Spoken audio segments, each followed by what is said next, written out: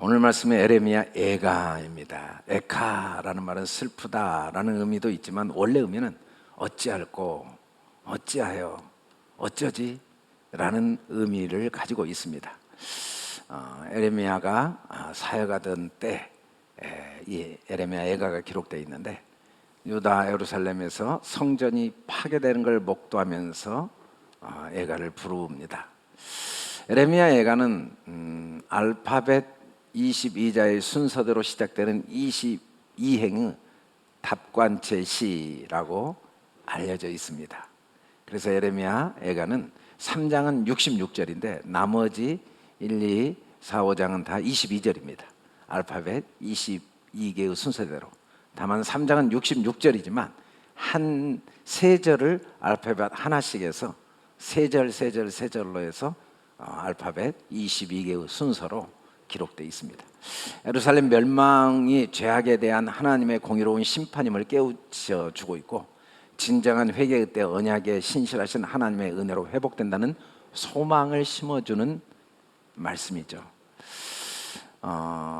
1, 2, 3, 4장에는 하나님의 징벌과 그 징벌 속에 개입되신 하나님의 그 섭리, 그래서 무너진 예루살렘을 보고 슬퍼하면서 그 슬픔의 이유와 무너짐의 이유, 그럼에도 불구하고 하나님은 그 속에서 어떤 놀라운 희망의 역사를 이루시는가. 영광을 잃어버렸지만 결국은 하나님이 얼마나 완벽하게 회복시키시는가, 이 하나님의 은혜를 생각하면서 마지막 5장이 마무리됩니다. 슬픔의 이유는 하나님의 도성이 적막하게 돼버린 거죠. 그리고 남자가 다 죽었습니다. 과부같이 돼버린 거예요. 남편 없는. 또 열방의 공주가 닿는데 완전히 이제는 노예가 돼버렸습니다. 이게 에레미야가 슬퍼하는 이유죠. 더 구체적으로 이야기하면 이런 문제가 있다고 꼭 슬픈 게 아니라 이 문제 속에 위로할 사람이 없어요. 친구들도 다 배반해버린 거죠. 절기를 지켜야 되는데 절기를 지킬 사람이 없고, 적막해서 제사장들이 탄식을 하고 있고, 심지어 어린아이들이 대적에게 다 잡혀가는데, 이 잡혀가는 것이 슬픈 게 아니라 이보다 더 슬픈 건 하나님의 영광이 다 떠나서 대적들에게 비웃음거리가 될 뿐만 아니라 모든 보물이 약탈을 당합니다.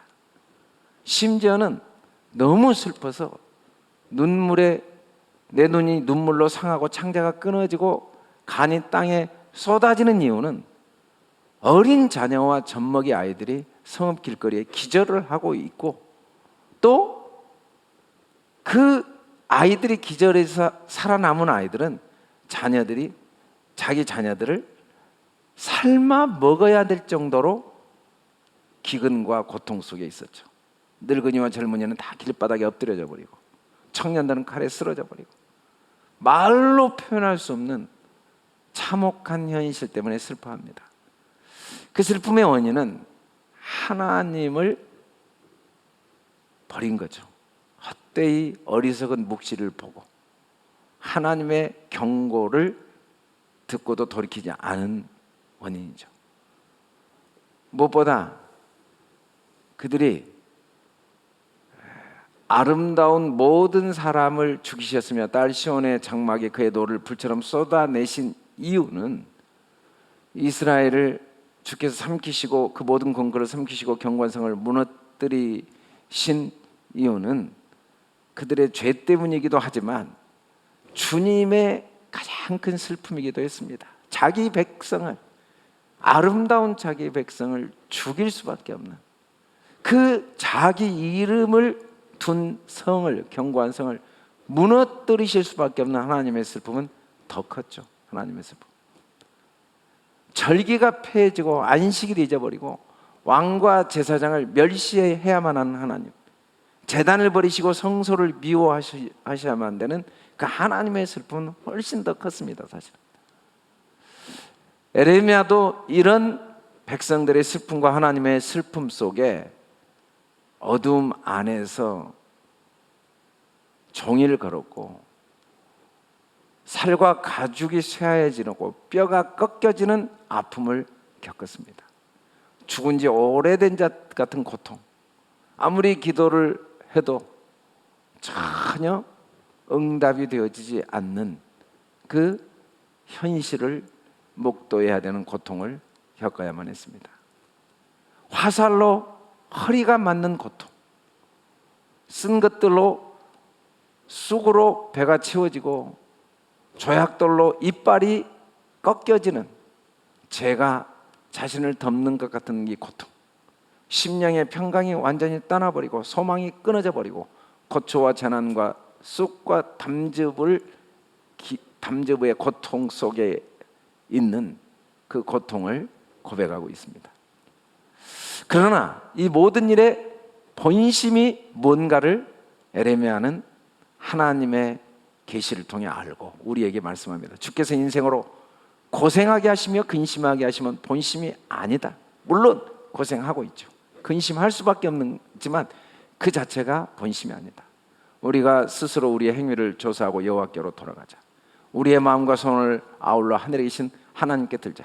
주께서 이미 나의 음성을 들으셨사오니 이제 나의 탄식과 부르짖음에 주의 길을 가리우지 마시옵소서. 내가 주께 아랫날에 주께서 내게 가까이 이르되 두려워하지 말라 하셨나이다. 본심은 절대로 어떤 슬픔의 상황일지라도 그것이 나를 향한 하나님의 본심은 아닙니다. 우리는 어떤 상황에 있어도 여호와의 인자와 긍휼이 무궁하시다. 내가 고통하고 아파하는 것보다 더 아파하시는 하나님, 그럼에도 불구하고 그 아픔을 주실 수밖에 없는 하나님의 마음, 마치 자녀의 유익을 위해 자녀를 징계할 수밖에 없는 아픈 부모의 마음을 가지고 계신 하나님을 믿어야 됩니다. 우리는 이 에레미야 애가를 통하여 하나님이 우리에게 믿음의 사람이 되도록 에레미야 애가를 통해 말씀하고 계심을 깨달을 수가 있습니다. 여호와의 인자와 긍휼이 무궁하시다. 그래서 절대로 진멸되지 않는 거죠. 아무리 좋지 않게 인생의 문제가 내 앞에 펼쳐질지라도 하나님은 언제나 좋으신 하나님이십니다.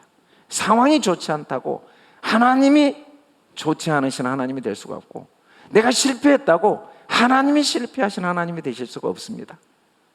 내가 슬픔 속에 있다고 하나님이 나를 슬프게 하시는 하나님일 수는 없습니다. 나를 향한 하나님의 본심은 항상 긍휼과 인자가 무궁하신 분이십니다.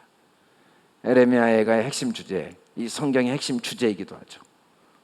우리가 애통하는 건 성도가 고통 중에 믿음을 갖고 있음에도 애통할 때가 있고 애통할 수밖에 없는 때가 있습니다. 그러나 그때 우리는 불평해서는 안 됩니다. 불신과 불평은 하나님의 마음을 창으로 찌르는 거죠.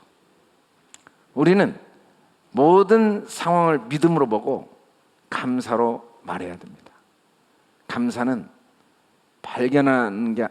발견되어지는 게 아니라 내가 찾고 발견하면은 감사할 게 보이고 깨달아지죠. 이게 믿음의 사람의 능력이고 축복입니다. 동시에 우리는 소망을 가져야 됩니다. 이것을 내가 마음에 담아두었더니 그것이 오히려 나의 소망이 되었다. 소망의 근거는 전적인 하나님의 인자와 긍휼입니다. 보이는 상황이 아니고 영원하신 하나님을, 그 인자와 긍휼이 많으신 하나님을 내 마음에 두면 어떤 문제도 이기고 절망을 소망으로 만들 수가 있습니다. 사단은 어떻게 해서든지 상황과 환경을 통해 우리 소망을 무너뜨리려고 문제를 가져다 주지만, 만약 우리가 어떤 일에 낙심하면 그 모습을 본 사단이 우리를 얼마나 우습게 보겠습니까? 우리는 어떤 어려움 속에도 믿음과 희망을 예견하고 말해야 됩니다. 나와 공동체가 이때 살아나게 되고 희망을 말하게 되면 하나님의 영광이 드러나게 되는 거죠. 이것들이 아침마다 새로우니 하나님은 매일매일 우리에게 인자와 크신 긍휼로 새날을 허락하신 겁니다. 주의 성실하심이 크시도소이다. 매일매일 아직 우리가 호흡하고 있는 건 나를 향한 하나님의 한없는 사랑과 긍휼이 여전히 내게 부어지고 있는 증거입니다. 새날은 하나님의 나를 향한 그 한없는 긍휼과 사랑이 유효하고 있다는 증거죠. 너희는 이전 일을 기억하지 말며 옛적 일을 생각하지 말라. 보라 내가 새 일을 행하느니. 이사야 선지자를 통해 하나님 말씀했습니다. 하나님은 새 일을 행하신 하나님. 회개하고 기도하면 하나님은 이전 일을 다 완전히 잊으시고 가장 적절한 때 은혜를 주십니다. 기다리는 자들에게나 구하는 영혼들에게 여호와는 선하시다. 우리는 하나님만이 가장 완전한 때를 아신다는 걸 확신하고 어떤 경우에도 소망을 가져야 됩니다. 사람이 여호와의 구원을 바라고 잠잠히 기다림이 좋도다. 이게 진짜 소망의 사람이죠. 잠잠히 오늘 내가 할 일. 기다리면 망하고 손해볼 것 같지만 절대로 하나님의 때를 기다리는 건 손해가 아닙니다. 우리 상황을 우리보다 더 잘 아시고 가장 최선의 길이 무엇인지 아시는 하나님. 나가야 할 때 나가는 것도 믿음이지만 기다려야 할 때 기다리는 것도 믿음입니다. 뿐만 아니라 사람은 젊었을 때 멍에를 매는 것이 좋으니 혼자 앉아서 잠잠한 건 주께서 그것을 그에게 메우셨습니다. 이 멍에는 십자가 부담을 지는 거죠. 하나님 주신 거룩한 부담을 지는 것. 부담이 없는 삶이 절대 좋은 게 아닙니다. 부담이 없으면 삶의 의미와 행복도 없어지고 부담이 있으면 삶의 의미와 행복도 커집니다. 어렵고 힘들면 되게 불평과 판단과 부정적인 말을 하는데 이때 묵묵히 십자가를 지고 충성할 때 하나님의 사랑이 마음에 부음받고 깨달아지고 또 다른 사람에게 하나님의 사랑을 나누어 줄 수가 있습니다. 여호와여 주는 영원히 계시오며 주의 보좌는 대대 일어나이다. 주께서 어찌하여 우리를 영원히 잊으시오며 우리를 이같이 오래 버리시나이까. 여호와여 우리를 주께 돌이키소서. 그리하시면 우리가 주께로 돌아가겠사오니 우리의 날을 다시 새롭게 하사 애적 같게 하옵소서. 여호와의 인자와 긍휼이 무궁하심으로 우리가 진멸되지 아니함이니이다. 이것들이 아침마다 새로운 일 주의 성실하심이 크시도소이다. 하나님의 인자와 긍휼은 무궁하시고 매일매일 새롭게 주어지는 걸 확신하고 우리가 이 주님께 고난의 때 더 주님을 가까이 하고 주님을 찾는 축복의 시간으로 하나님께서 사용하십니다. 사실 우리는 모든 참된 소망과 믿음과 소망과 사랑의 근원이신 하나님을 가까이 할 능력이 없습니다. 고난은 우리에게 이 믿음과 소망과 사랑의 근원이신 하나님께 가까이 할 수 있는 축복의 기회입니다. 저와 여러분이 이 예레미야 애가의 말씀을 통하여 고난의 때 하나님을 더욱 가까이 하는 인자와 긍휼이 무궁하시고 오늘 또 새날을 주신 그 하나님은 그 성실하심으로 나에게 인자와 긍휼을 베풀고 계신다는 확신을 갖고 하루를 기쁨과 즐거움과 감사함으로 매일매일을 새롭게 시작하는 복된 은혜를 누리기를 주의 이름으로 축원합니다. 하나님 아버지, 우리의 슬픔을 아실 뿐 아니라 우리보다 더 아파하시면서도 우리에게 소망을 주기 위해 아픔과 고통의 터널을 통과하게 하시는 분임을 깨닫습니다.